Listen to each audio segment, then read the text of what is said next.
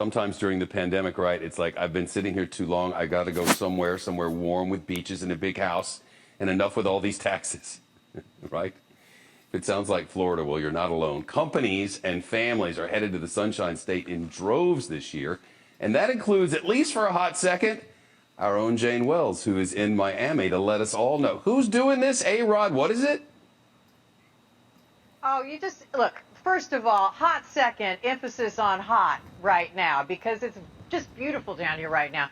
Now, what started as a trickle of businesses coming to South Florida during the pandemic has really accelerated as investors with money and vision believe if they build it, the talent will come. So right here, we're starting construction on 90,000 square feet of retail. Nitin Motwani has been a voice crying in the South Florida wilderness. As we toured a $4 billion development he's managing in downtown Miami, this former Wall Streeter from Goldman Sachs explains he tried for years to talk his friends into relocating to South Florida. The toughest sell was convincing his Harvard MBA wife, Anshu. I was like, you better make it worth it. It's now starting to look worth it. Miami seems crowded. Construction cranes are putting up Class A office space. Home prices are up almost 20% as local realtors claim about 1,000 people every day are moving to Florida. I got my Florida driver's license. We got Florida plates on the vehicles. Scott Apsher runs Shift Pixie, a tech startup which just moved from California and landed oceanfront office space for 25% less, plus no state income taxes. But Apsher says it's not just about the money. I think there's something happening here. I think there's seeds of some really interesting innovation. The list is long and getting longer. Starwood Capital, Icon Enterprises, Blackstone's new tech office. There's Boston's Nucleus Research, LA's Universa Investments, and Silicon Valley investors Keith Rabois, Shervin Pishavar, and John Oringer. They join a growing A-list of celebrities migrating south. I've been buying real estate in Miami for over 20 years, and it's been a great flight. Since COVID started, it's a rocket ship. Real estate developer Alex Rodriguez, yes, A-Rod, is working with Starwood's Barry Sternlicht to create restaurant and retail space inside Starwood's new headquarters. A paradox during a pandemic, except maybe in Miami. The demand has been off the charts. I email Barry a new offer every other week, it seems like, and we're excited about it. And Nitin Motwani is starting to feel vindicated. There's a phrase, death by 1,000 cuts, and this is success by 1,000 cuts. This has been the longest overnight success story that you can imagine.